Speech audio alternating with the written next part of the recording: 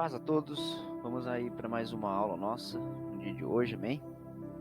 Que o Senhor possa abençoar a tua vida grandiosamente, que cada dia, cada vez mais a presença de Deus possa estar guardando, guiando o teu coração, que esse estudo possa estar te orientando, te ensinando como derrubar os altares do teu coração, que essa palavra possa estar guiando o teu coração e te fazendo um pouco mais corajoso e audacioso, assim como Gideão foi. E que o Espírito Santo possa habitar fortemente na tua vida, abençoando a tua mente, abençoando o teu coração, clareando a tua mente, clareando o teu coração, fazendo com que você possa enxergar as verdadeiras intenções de Deus para a tua vida, que você possa enxergar o verdadeiro amor de Deus para a tua vida, amém? Então abre comigo na tua Bíblia, no livro de Juízes, capítulo 6, versículo 25 até o 32, o estudo de hoje vai ser um pouquinho mais curto, mas vamos estar fazendo mais uma parte desse estudo para que a gente possa estar fazendo aí a continuidade sem intervalos, sem pausas, mas que possamos estar aqui sempre buscando mais da presença de Deus, amém? Porque, irmãos, Gideão, ele foi um grande herói para o povo de Israel, ele se tornou um juiz e reinou por um tempo. Se você lê as cartas, as passagens da Bíblia, você vai ver que há diversos livros proféticos, livros messiânicos, livros históricos, certo? E aqui no livro de Juízes não é dito quem é o autor deste livro. Tampouco há qualquer indicação do autor ou autores responsáveis por ele. As três divisões do livro estão em categorias diferentes com relação às fontes de onde foram retiradas. A introdução histórica tem a forma na narrativa tradicional da conquista da Palestina, que é paralela ao livro de Josué. A parte principal do livro, que abrange as narrativas dos juízes, parece estar baseada em tradições orais ou escritas de um observador local. Amém? Daí o período dos juízes de Israel fica entre a conquista da terra prometida, sob a liderança de Josué, e a ascensão da monarquia com Saul e Davi.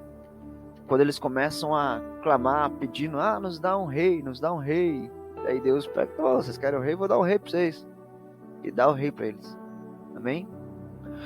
O livro de Juízes é o segundo livro histórico do Antigo Testamento. Josué e Esther, na Bíblia hebraica, estes livros são chamados de profetas antigos.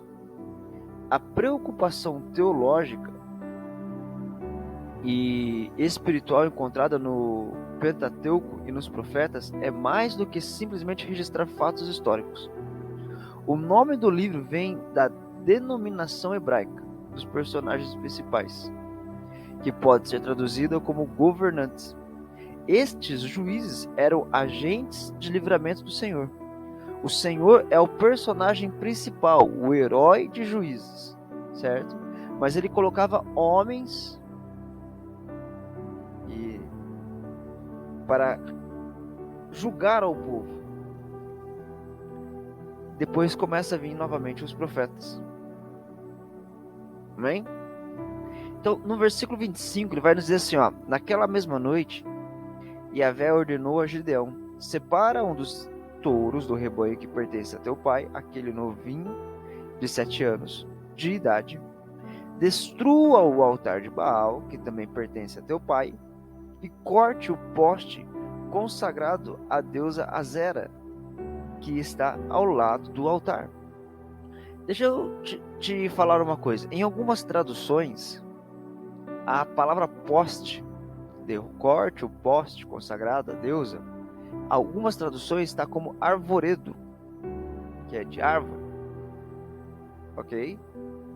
Então no versículo 25, ele vai dizer: em seguida, construirás para Yahvé, teu Deus, no cume deste lugar forte, um altar bem preparado. Tomarás então um segundo novilho e oferecerás em holocausto sobre a maneira do poste, ídolo que terás derrubado. Versículo 27, Gideão convocou então 10 homens entre os seus servos e fez tudo como Yahvé lhe tinha mandado.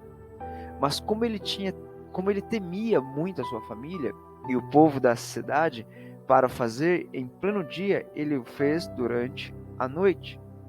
Ok? Nós vimos que aqui o altar pertencia ao pai de Gideão. O pai de Gideão pagou para que fosse construído aquele altar. Ele tinha recursos financeiros para isto. Ok? Então, para ficar claro, antes de Gideão poder derrotar os midianitas, ele primeiro precisava confrontar a idolatria dentro da sua própria família, derrubando o altar de Baal, de seu pai, e o poste sagrado de Azera. Para algumas traduções, meu pai amado, segura, irmão, o arvoredo, ok? Que está junto ao deus Baal. Um arvoredo ou poste era uma árvore utilizada que representava Azera, deusa da fertilidade, esposa de Baal. Era um objeto comum nas instalações culticas cananeias. Gideão deveria reivindicar aquela área para Deus, construindo um novo altar ao Senhor ali, no qual deveria oferecer o novilho de seu pai. A madeira do arvoredo seria o combustível para alimentar o fogo, como que se ressaltando a loucura de adorar um pedaço de madeira. Gideão fez isso imediatamente, embora fique claro que seu receio anterior ainda não tinha desaparecido. Ele reuniu 10 servos de seu pai para ajudá-lo, mostrando que Gideão confiava mais em números do que no Senhor. E fez tudo isso à noite, em vez de plena luz do dia, porque estava com medo. Desta maneira, ninguém saberia, meu pai, eu estou enrolando a língua pra caramba, que foi ele. Amém? Então, o que acontece? Deixa eu te chamar a atenção aqui para uma coisa.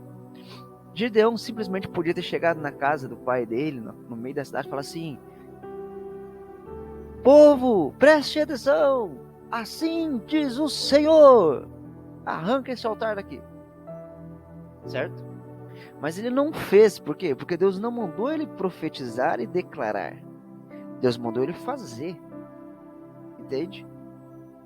E eu quero te chamar a atenção para isso, porque tão importante quanto falar é o fazer. Por isso, nós vimos em algumas passagens da Bíblia a palavra frutos. No grande dia, Deus perguntará o que fizeste com os dons e talentos que eu te dei. Quais são os frutos a apresentar? Por isso, em alguns, ele vai falar: mostra os teus frutos, mostra as tuas obras, então eu poderei dizer se você é realmente evangélico ou não, se você é um servo de Deus ou não. Entende? Porque não é só falar, a gente precisa saber fazer. E aqui, Gideão está sendo chamado para ser um herói de guerra, para ser um juiz e liderar o povo. Só que acima de tudo ele tem que fazer. Não é só sentar e comandar e ordenar, não é isso. Por isso Deus ele cria um relacionamento muito bom para nós. Se você lembrar dos estudos anteriores, Deus fala para Gideão: eu vou te dar a vitória como se eles fossem um único homem. Venha quantos for, vão cair como se fosse um único homem perante ti. Entendeu? Só que o que acontece? Gideão primeiro precisa confiar em Deus, passar a entender Deus, entender ele mesmo, a covardia dele, porque até aqui Gideão está mais questionando do que qualquer outra coisa. Gideão, por mais que ele está ouvindo a Deus, ele ainda está com receio.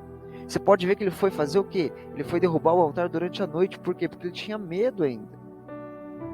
Entende? E ele escolhe 10 homens para ir com ele.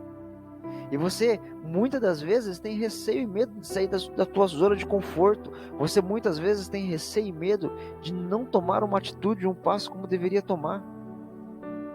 E é isso que você tem que estar atento e prestar atenção.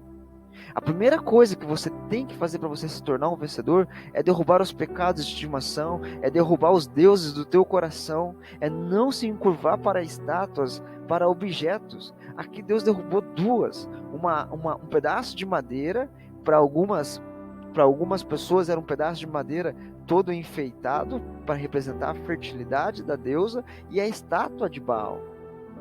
Ei, eu preciso te falar isso.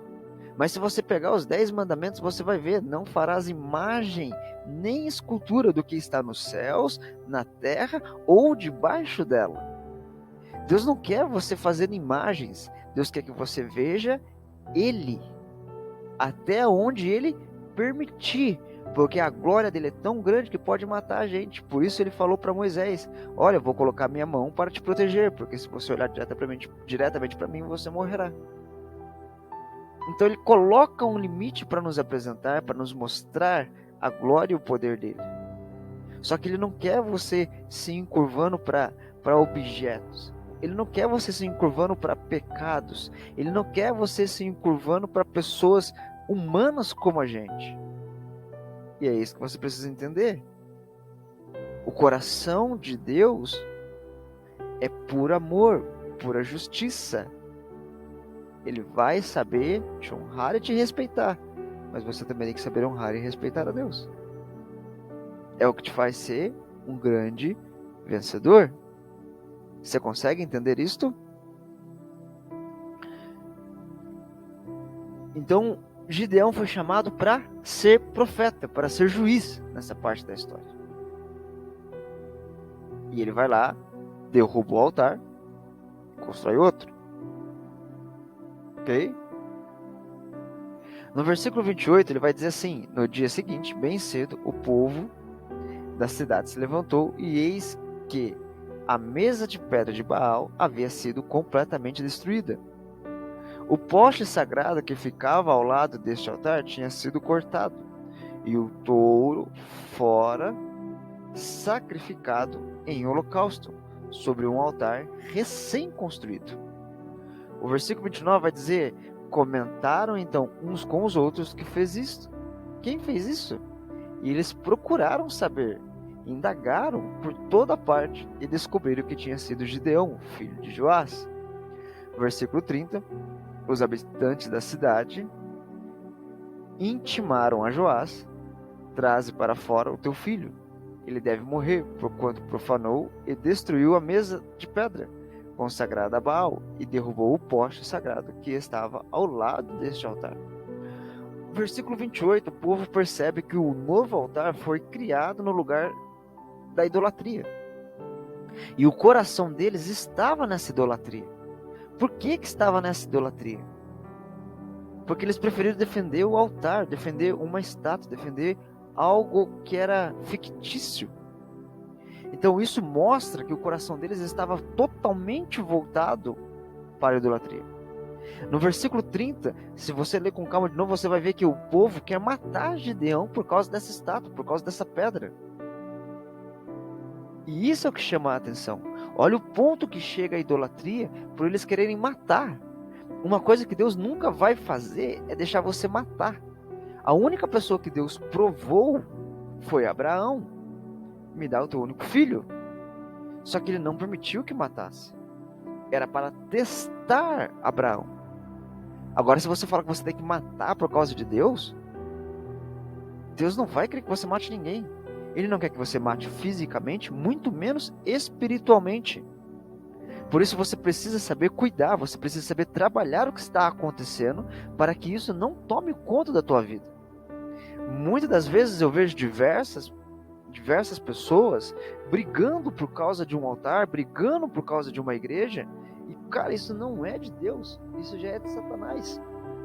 E pasme você, se assuste você, mas há muitos endemoniados pregando coisas boas dentro da igreja.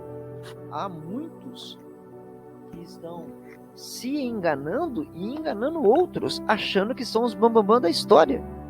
E a verdade é que não são, porque não conseguem enxergar que o amor de Deus é na coletividade, é na união.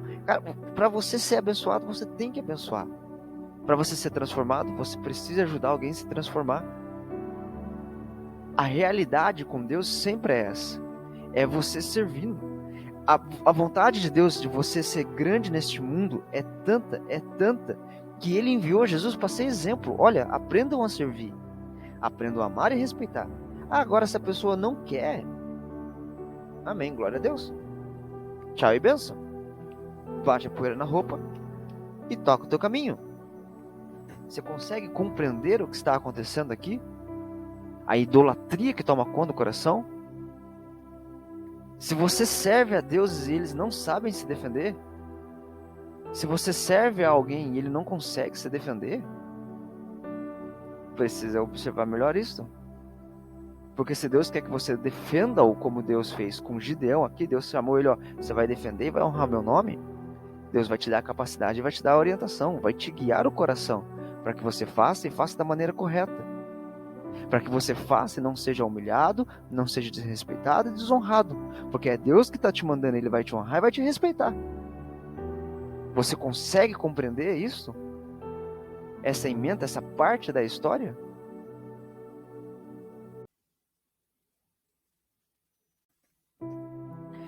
No versículo 31, ele vai falar assim: Joás, entretanto, declarou à multidão, enfurecida, que o rodeava: defendeis a Baal, e a vós que cabe o dever de vir em socorro? Portanto, eu vos afirmo que qualquer que por ele contender ainda esta manhã será morto.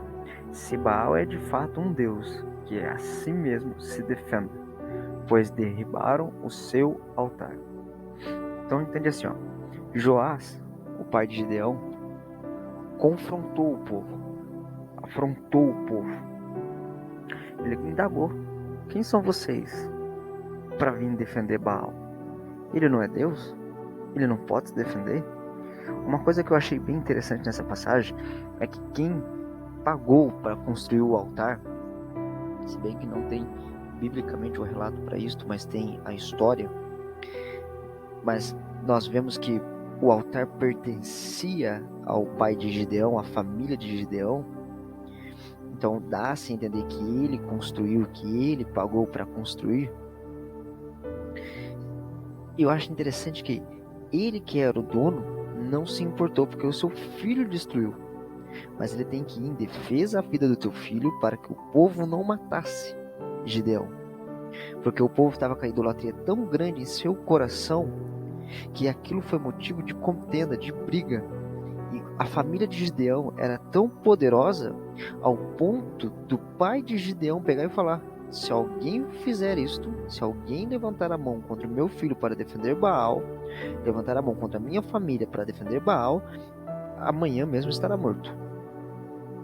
E lembra que no começo da história, Gideão fala para o anjo: eu sou o menor da minha casa, a minha casa é a menor da tribo, do nosso clã, nós somos os menores. Só que é interessante, se realmente eles fossem os menores, como é que o pai dele haveria com tanta autoridade, domínio e poder sobre o povo naquele momento? Se realmente a família de Gideão fosse uma família pequena, simplesmente eles teriam chegado e atacado. Mas não, a família dele era alguém de autoridade naquele lugar, ao ponto do povo pedir permissão para matar Gideão. E o pai entra em defesa. Então eu te deixo a pergunta: como é que o teu coração tem ficado? Qual é a idolatria que tem te ganhado ao ponto de te cegar?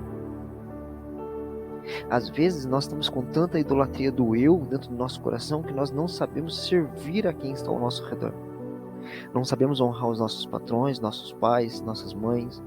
Não sabemos honrar as autoridades que estão sobre nossas vidas. Inclusive muitos pastores têm passado por esse problema, não têm recebido o respeito pastoral que deveria receber. Consegue compreender? E essa é uma das partes que mais me chama a atenção. Irmão, uma das coisas que Deus está nos ensinando aqui é que nós devemos ser astuto como a serpente, forte como o leão. Só que devemos ser humildes também. Jesus tinha poder para aniquilar a terra naquele momento de cruz, mas ele se fez humilde, se colocou no corpo de servo e serviu a Deus. Esta é a parte interessante dessa história. E Gideão está aprendendo tudo isso. Gideão estava tão acostumado com o poder de Deus, que Deus pode fazer tudo e tudo aquilo, que ele simplesmente questionou. Tá bom, mas como que nós estamos passando por tudo isso, se o nosso Deus é um Deus poderoso? A crença dele caiu. Então, antes que ele pudesse vencer os inimigos externos, ele tinha que vencer o inimigo interno, dentro do coração dele. Aquilo que dominava ele, medo, receios. Então é muita coisa que chama a nossa atenção, que é onde eu te pergunto, o que é que tem dominado a tua vida? É medo? É receio? É as finanças? Qual é a coisa que você tem que derrubar dentro de você para que você possa vencer aqui fora? E Deus começou derrubando dentro da própria casa o altar de Gideão, o altar do pai de Gideão, o altar de deuses pagãos. Baal, aonde eu te pergunto, como é que está o teu coração? Como é que está a tua vida? De que maneira você tem lutado as tuas lutas? Muitos acham que Deus tem que estar servindo o tempo todo. Muitos acham que Deus tem que estar operando milagre o tempo todo. Que qualquer coisinha é motivo de dobrar o joelho e alcançar o milagre, porque Deus está comigo. Porque se Deus não faz tal milagre, Deus não está comigo. Só que a verdade é que o teu coração está colocando para fora aquilo que você realmente consegue ver e crer. Que você só acredita em Deus quando Ele está operando os milagres e as maravilhas. Mas você tem que lembrar também que Deus é um Deus justo. E Ele reconhece o trabalho do teu esforço. Ele reconhece a capacidade das tuas obras, daquilo que você tem feito. No versículo 32, vai dizer: por este motivo, a partir daquele dia, Gideão passou a ser chamado de Lerubbaal, Jerubbaal, porque se dizia que Baal lute contra ele, pois seu altar é que foi derrubado. Em algumas traduções vai estar Jerubbaal, que quer dizer aquele que contenda com Baal, aquele que irrita, que provoca Baal. Em algumas traduções quer dizer que Baal lute com ele, o irritador de Baal, aquele que irrita Baal. Isso que eu acho interessante, porque não importa se a tradução está dizendo aquele que irrita Baal, ou está dizendo que Baal lute contra ele, pois seu altar é que foi derrubado.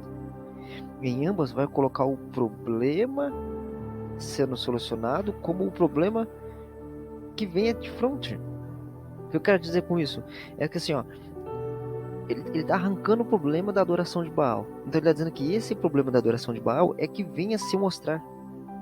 É que esse Deus pagão, esse Deus falso, que ele que vem enfrentar o escolhido de Deus.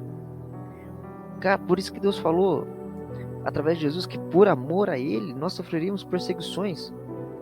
Porque todas as vezes que nós confrontarmos ou afrontarmos as coisas deste mundo, vai ser igual nessa parte de Gideão.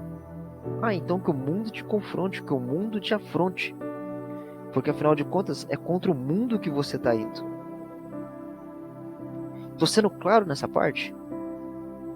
Eu já comentei em outras aulas que tem muita coisa que quando você falar não pro mundo, o mundo vai te atacar, vai vir para cima de você, vai ficar bravo com você. As pessoas vão ficar indignadas com você pelo certo ser certo. E por você não fazer o errado, um novo certo. Compreende isso? Só que você tem que entender. Primeiro cai no teu coração, cai na tua mentalidade, cai na tua vida, para depois cair as barreiras que te impedem de alcançar a tua vitória. Sabe? A resposta dos homens da cidade às ações de Gideão revela claramente a quem eles eram leais.